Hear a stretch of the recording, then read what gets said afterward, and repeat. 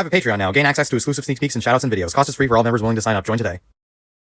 With 2024 officially behind us, I think it's fair to look back and say that it was not the greatest year for animated films. With 3 exceptions, the lineup from major studios was really nothing special. This was easily one of the most boring years for American feature animation, with a considerable amount of forgettable kiddie slop. But I'm not some loser who only watches The Loud House and Ryan's World. And fortunately, I can say that when factoring in the stuff overseas studios put out this year, mixed in with the leftovers from 2023, the lineup is a lot stronger. Maybe not quite as outstanding as the previous year, which gave us Blue Giant, Boy and the Heron, and Suzume, but there was still a lot to enjoy. I mean, compare movies like Flow, Memoir of a Snail, and Look Back to Moana 2, and Despicable Me 4. And thankfully, since my video on the subject, I've seen more people realize that and start giving at least a couple of these movies the credit and attention they deserve. But there are still those that unfortunately fly under the radar for most, and one of those fascinates and enamors me more than any other in quite some time. That movie being a little film called The Glassworker. For those unaware, The Glassworker is a monumental movie, being Pakistan's first ever traditionally animated film, and as far as I can tell, one of the only Pakistani animated films in general.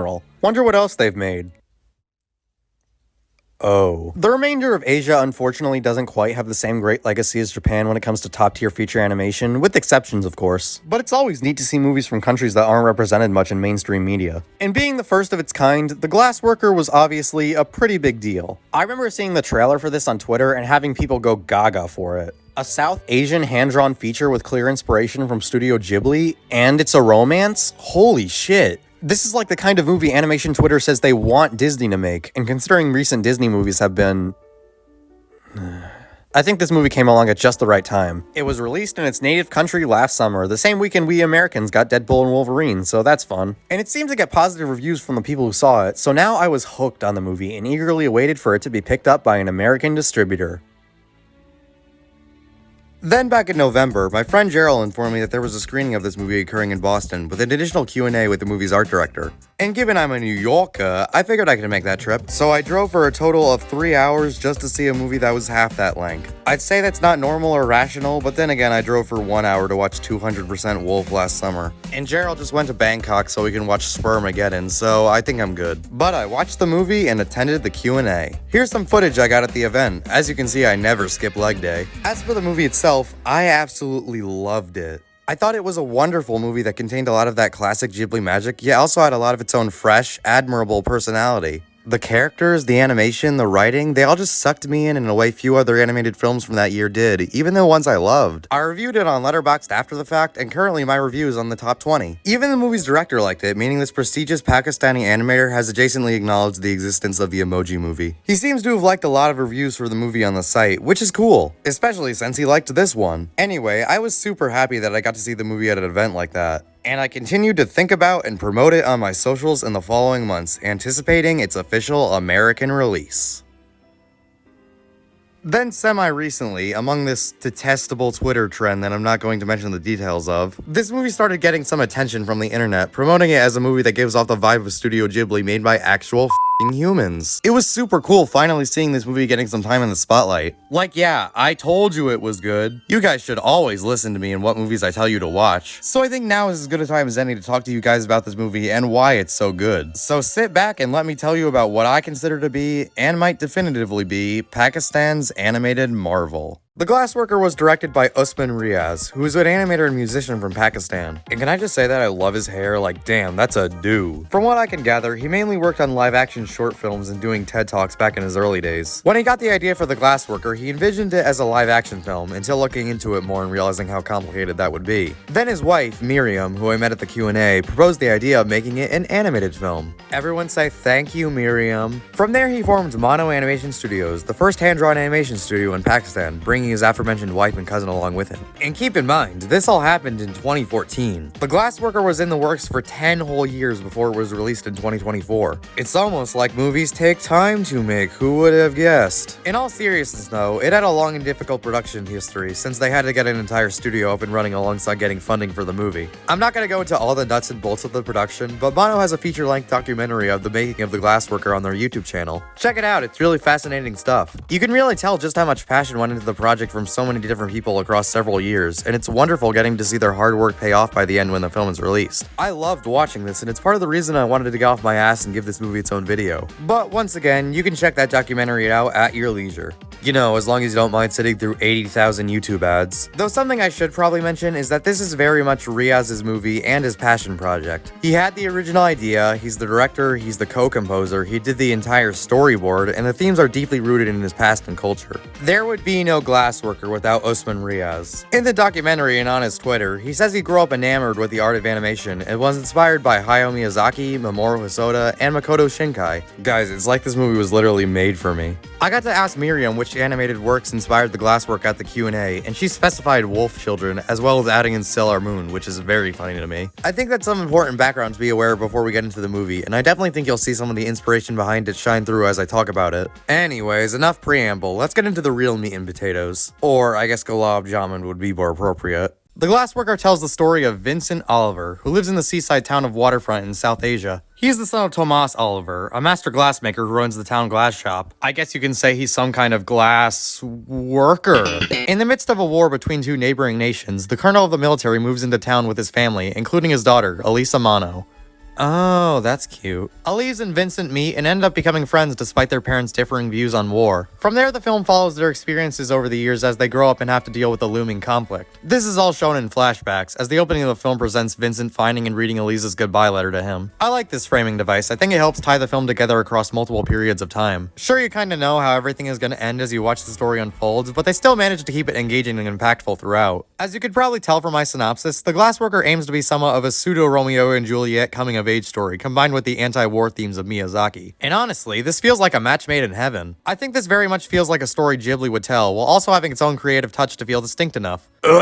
Like I said earlier, the film does have that Ghibli magic, yet it doesn't feel like a direct clone of their work. Obviously, the setting and culture play a big part in that, and I really enjoy them here. It's so cool getting to see how these guys make their own fictional town surrounding the culture of Pakistan. It's not overflowing with it or anything, at least from what I can tell, but there are plenty of little details throughout that really make it feel like a passionate love letter to the country. Like the way the buildings are designed, or the clothing, or the aforementioned gulab jamun. Just little things like that really make you appreciate what the film is going for. It feels very respectful and immersive in terms of the representation of this country, and there really is no other animated film that compares, obviously. But being rooted in Pakistani culture isn't the only thing that separates this movie from Studio Ghibli, I feel. The way it's written and directed feel Miyazaki adjacent, but there's definitely something differentiating him from Riaz. And I couldn't quite put my finger on what until I gave the film a second watch. Most Miyazaki films tend to focus on the emotional struggles of a single character, to which he then builds a world and conflict surrounding them. Kiki, Chihiro, Mahito, these movies feel specifically sculpted around the main character and their journeys. There are a few exceptions to this rule, but the formula more or less remains the same. The Glassworker is also a character-driven film, but it feels like its core is less so their individual emotional struggles and more so their relationships and the ways they react to the world around them. Obviously, Miyazaki's formula works wonders, but I really admire this approach as well. And it definitely feels intentional, like this was their end goal rather than them trying to copy Miyazaki and missing the point of his writing. The way this movie writes its characters and relationships is just so fascinating to me, taking what would otherwise be cliche archetypes and making them feel natural and sincere. I mentioned this was a bit of a Romeo and Juliet story, and while the relationship between Vincent and Elise is a big part of the narrative, each character feels like they have multiple of their own themes and conflicts to work with. And it all works seamlessly and makes the narrative feel fresh despite treading a lot of familiar ground. Take Vincent, for example.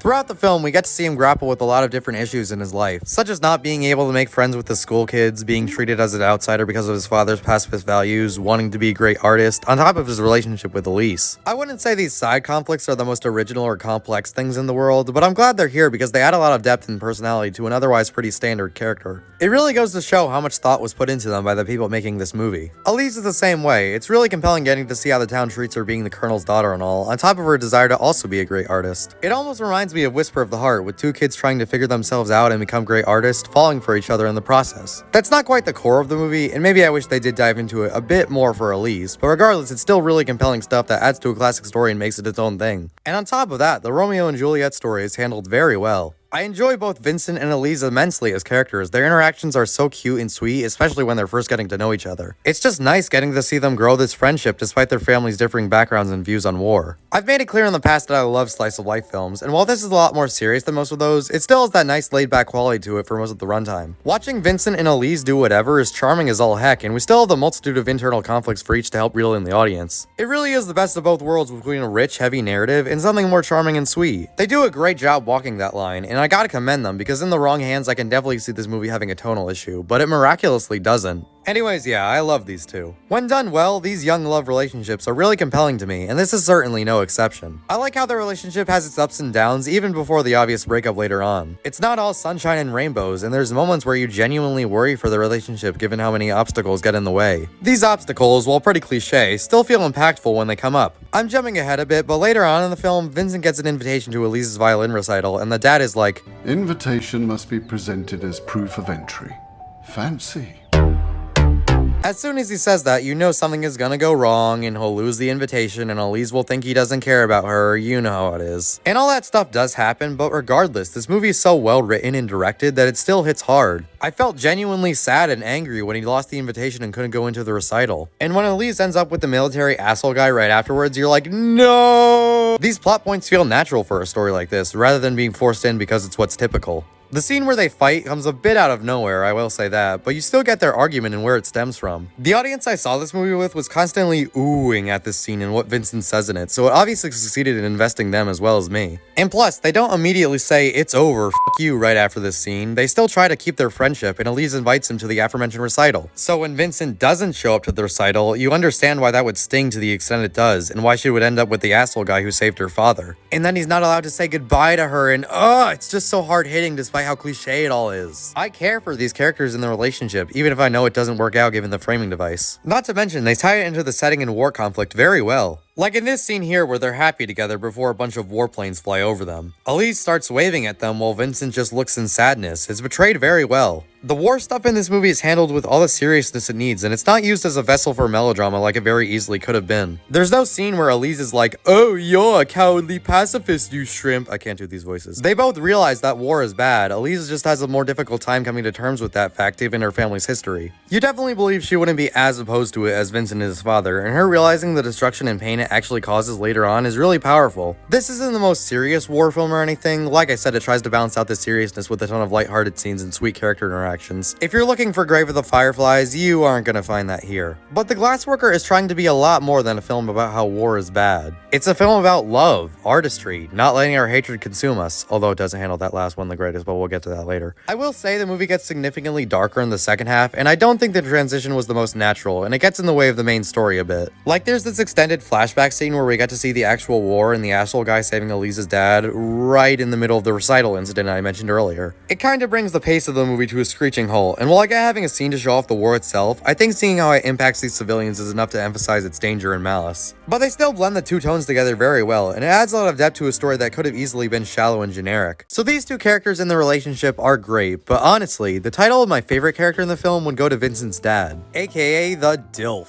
Although this review doesn't specify which dad, so maybe it was referring to Elise's. Letterboxd user, if you are watching this, please give me answers. Anyways, he feels the most sincere out of the entire cast. His relationship with Vincent and desire to look out for him during rough times is really compelling, and you really get a feel for how great of a father he is despite how much he disagrees with his son on certain things. And these disagreements don't hinder the relationship between the two, quite the opposite in fact. Tomas is a very layered character who naturally changes over the course of the film. He doesn't approve of Elise at first, being the colonel's daughter and all, but he eventually warms up to her and treats her with kindness about halfway through. It's a neat subversion of the typical Romeo and Juliet story where both families would be completely against each other. And it really goes to show how they didn't want to write these characters as archetypes, but complex people with their own thoughts and beliefs that are able to change and grow. Also, I really like Art Malik's performance in the English version. He adds a very genuine feel to this character and also provides us with some funny meme lines. "Vincent, the train is cancelled.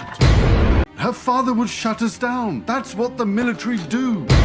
Oh yeah, this film has an English dub, which is the version they screened for us at the Q&A. Or I guess it's not technically a dub, since in the documentary they said they opted to make the film in English first with British South Asian actors and then dub it in Urdu. And you can tell because everyone here fits really well for foreign animated movie dub standards. Except for young Vincent, he sounds like a girl, but everyone else is really solid. Especially Elise, who is voiced by the same actress across the entire movie's timeline, and does a great job varying her voice as the character grows. Good stuff. Anyways, back to the characters, the one that I do not care for would be the asshole guy Elise ends up with by the end, Malik Khan. He's the only character here who feels exactly like the archetype he's supposed to be, and the film doesn't do a whole lot to make you care for him or his relationship with Elise in the way I think they want you to. He really is just an asshole who exists to get in between Vincent and Elise, the two characters you actually like and care for the relationship between. So that sucks. But every other character, meant to be likable or not, is very well written. Like Postman Pat over here, the way he talks to Vincent's dad in this one scene is just so genuine, as are all the minor interactions in this film. While I wouldn't call this movie upbeat or fun, it feels very alive with how it's presented, creating something that immerses you in a way few other recent animated films do. Like I said, I love seeing the Pakistani culture this movie presents, but it also creates a really nice, lived-in town in the form of waterfront.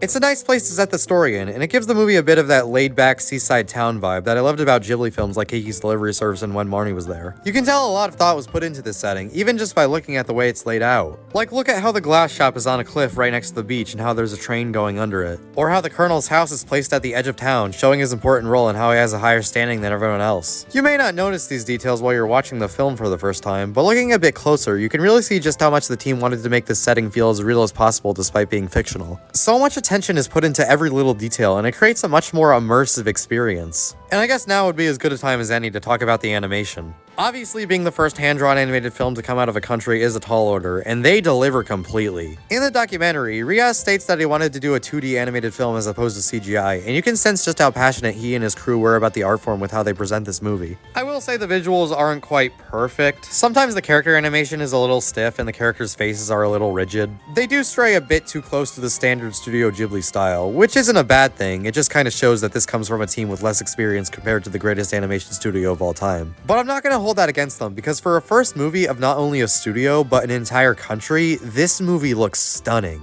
The character designs, the backgrounds, the colors, the framing, it's all great.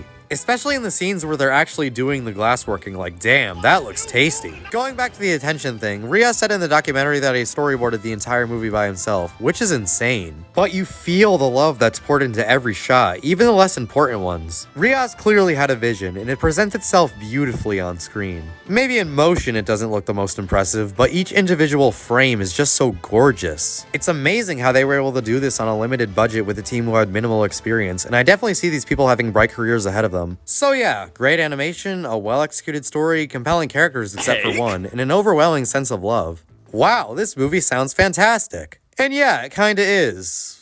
For the first 3/4 at least. Unfortunately, a lot of the minor issues I have with the movie really start to rear their ugly heads towards the ending, weighing it down in the process. Come on, you were doing so well. I mentioned that Riaz storyboarded the entire movie by himself. Well, he did that before the script was finalized, and ended up with a cut around 2 hours. At the Q&A, Miriam mentioned how they had to do some shaving in order to make the film more digestible. Which I get, I'm like Pompo, I like 90-minute movies. But with this one, you can really tell where the cuts were made, and that the story they're trying to tell is just a bit too long for the runtime. I'm not gonna spoil everything, but I'll give you the gist. Elise leaves town with Malik, which you could already see coming. And naturally, Vincent is so upset that he sabotages the project to try and get people killed. But then he changes his mind as the town is getting attacked, and he acts stupid and does something unspeakable to his father. And then we flash forward to the president and everyone is fine and happy. What? Nothing this movie introduces in the last act actually gets resolved. It's so jarring. If you don't have the runtime to fit this stuff in, then that's fine, but don't bother introducing it in the first place. It honestly turns Vincent into a bit of an unlikable idiot. Vincent is an idiot. Like, yeah, after this incident, maybe Elise is better off with Malik, you sheep. I get that he's hurt by Elise leaving, and while I buy his pain, I don't buy it to the degree that he would go insane and do all this. And then he just snaps out of it and everything is fine again. This just feels like a really shoddily put together attempt at a climax, and what's worse is that the movie didn't even need it. If we cut to the present after Elise leaves, the narrative works just fine. What was the point of this? I'm sorry, I feel bad for harping on this ending because it was clearly impacted by time restraints. But then again, I'm not sure I would have liked this direction even in the 2-hour cut. It's disappointing how a beautiful, well-told story becomes a little too ambitious for its own good and ends up making a mess of things. The epilogue scene is nice at least, even if Vincent received no repercussions for his actions, so that's cool. Then Elise comes back through the power of magic, which is cute, but like, why? I don't know, nothing in this ending really comes together or provides a satisfying conclusion to the story. This film didn't receive absolutely glowing reviews among critics, and I hate to say it, but I can see why. Sticking the landing is important, and this film just doesn't. Ultimately, it's what drags the film down from amazing to just really great. On top of some minor pacing issues, the character of Malik, and the movie just feeling like it was cut short in general. But even with all that, The Glassworker is a movie that I just can't help but adore. What the team at Mano Animation did here is so impressive and admirable. They started a studio from basically nothing and formed a beautiful, magical movie that can almost stand toe-to-toe with that of one from a major animation studio. Their talent simply cannot be denied. And even besides that talent, this is just a really well-made, sweet, enjoyable, powerful movie that feels like a love letter to art and the country that made it. It doesn't hit all the right notes, but it hits so many of them. It's a triumph of a movie that should be remembered for decades to come. Is it flawed? Yeah, which is why I call it Pakistan's animated marvel instead of their masterpiece. Besides, that title is already claimed. I think the fact that this movie had such big shoes to fill being the first of its kind may have set it up with some unfair expectations. Being what is basically Pakistan's equivalent of Snow White or Toy Story would probably make some people go in expecting a masterpiece. And it's not quite that, but I don't really think it needs to be. There is so much to love about this movie despite its shortcomings, and it deserves to be watched and rewarded just the same. And hey, the first works of Miyazaki and Hosoda certainly weren't their best, and the less said about Shinkai the better. Not every non-mainstream animated movie is going to be a silent voice or bell for me, and that's okay. As long as there's a sense of passion and heart and artistry, your movie has my respect. And I cannot respect The Glassworker enough. It may not be one of the best, but it may very well be one of the most important animated films the world has ever seen. Is what I would be saying if it actually got a release in the West. Yeah, you see, there's a dirty little secret about The Glassworker that is one of the main reasons I wanted to do this video. Despite having multiple screenings across the US like the one I went to, The Glassworker has not been picked up for American distribution by anyone. And keep in mind, by festival movie standards, this movie is already pretty old. It premiered at Annecy in June of 2024. It has been nearly a year and no American distributor has touched it. Now, if you know me, I think the obvious choice for a distributor would be GKids.